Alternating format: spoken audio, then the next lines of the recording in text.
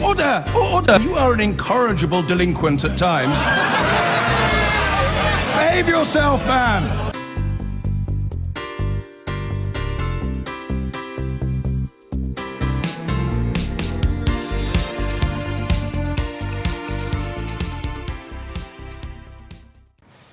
Now here's a surprising story. A row has broken out in the Tory party.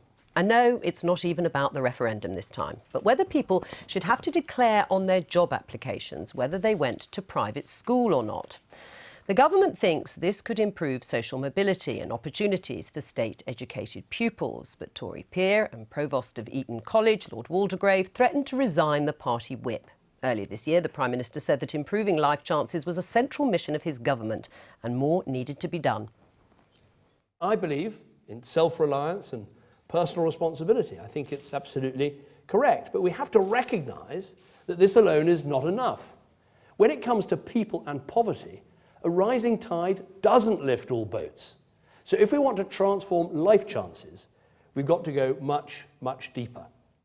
We need a more social approach, one where we develop a richer picture of how social problems combine, how they reinforce each other, how they manifest themselves throughout someone's life, and how the opportunity gap gets generated as a result. David Cameron. Well, joining me now is the journalist James Bloodworth, who's just written a new book called The Myth of Meritocracy. Doesn't exist? Not at the moment, I don't think. I thought David Cameron delivered a very good speech. I think we need to look at social class in the way we look at other issues around identity, the disadvantages that they bring about. So, I mean, there are lots of campaigns at the moment to get more women into boardrooms, to get more ethnic minorities into boardrooms. I think those are very good. But I think class has, to some extent, dropped off the agenda. What about the suggestion for professional recruitment in terms of having to state whether you went to a state comprehensive school or a private school? Is that fair? Yes, I think so. I mean, I think that you know, Eton kind of privileges children of parents who have money. So I think we should look to redress the balance a little bit. So I think that is completely fair. I think you already put the school you went to on your CV. So isn't that enough? People could always look it up if they were that interested. Yes, I mean, I don't think it will make a huge difference, but I don't think it's something to be frightened of, the fact that to state that was a fee-paying school or a comprehensive school. Right. I mean, the balance has to be redressed, doesn't it, Douglas Carswell? So surely it is totally fair to state what sort of school you went to. I've interviewed a number of people for various roles, and I looked at perhaps what university they went to and what sort of job they had done. I wasn't really that interested in where they had gone to school, rather where their parents had decided to send them to school. But doesn't advantage get built in at school level? There is this small, smug, self-perpetuating elite who runs the country, the sort of people who go to the World Economic Forum at Davos and back the Remain campaign. Or MPs. But indeed, politics is a small, cosy cartel run by the big established parties. But we do need reform, and we need to break that cartel, and that's one of the reasons why I left my old party and stood in a by-election and believe that we need far-reaching political change. Right, I mean, are these things important? You went to a grammar school. I'm a grammar school boy. You went to a public this school. Charterhouse schoolboy, yes, yeah. So, yeah. And you both succeeded. Do you think it now needs to be that explicit? Look, I went to a state school and therefore please take that into account. I worry about it being too explicit. My mother grew up in the early part of her life in East Germany when that was precisely. She was the daughter of a doctor, and that was held against her in her educational system up to the age of 16 when she came to the West.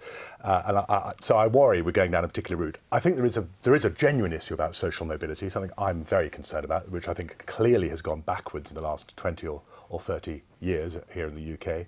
And I think you're right about meritocracy. I mean, in fact, one of the dangers of meritocracy is that people now think there's no sense of noblesse oblige whatsoever. I've made it, I'm making money, and I've, you know, whatever success I've had, we're in a meritocratic world. And I think that brings with it a whole sense of dangers. I think to have a very crude statistic about which school you went to, I think is incredibly dangerous. I think it's on its own. I don't think it's enough at all. I think it's more paying lip service to the idea of creating a socially mobile society than actually making a huge difference. I think if Cameron was serious about it, he'd also look at things like reducing the gap between rich and poor. Also, universities. If you look at the expansion of universities over the last 15 years, many more poorer working class teenagers go to university, but the proportion at the best red brick universities has actually gone down. So I think we need to look at the university system, postgraduate education. You don't get a student loan for postgraduate education. You have to get a loan from a bank.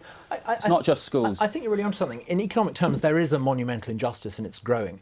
About 10 years ago, the average FTSE 100 CEO earned about 100 times what their average worker. It's now 150 times. Yes, I think many that makes companies a difference to social resemble mobility. the East India Company. They're these self-perpetuating corporate kleptocracies, and we do need far-reaching change. But what's made that happen? I mean, what's increased that inequality then between the poorest workers and the... a small clique of people decide public policy, partly, I hate to bring it back to the Europe question, but partly through Brussels, the sort of people lining up to back the Remain campaign, and they've rigged the economy so that rent-seeking interests prevail, and it needs to change. There's a broader issue about globalisation and the impact of globalisation, particularly here in the UK. We are an outward-looking global trading nation.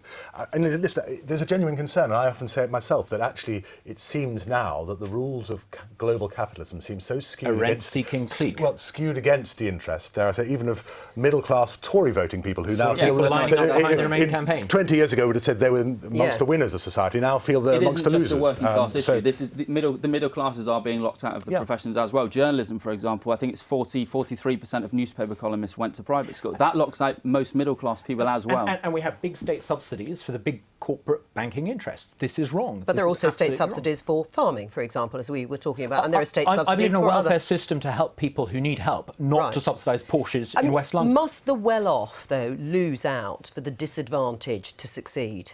I think, to some extent, in financial terms, yes, I think so. I don't think private schools should have charitable status for one thing. So you could say that's those people losing out. I think do a huge amount of work. But do they all do that though to earn that charitable status? Westminster School in my constituency does a massive amount of work. It sponsors an academy that is open to all. I think that money would be better used. Tremendous work in the community. For all schools.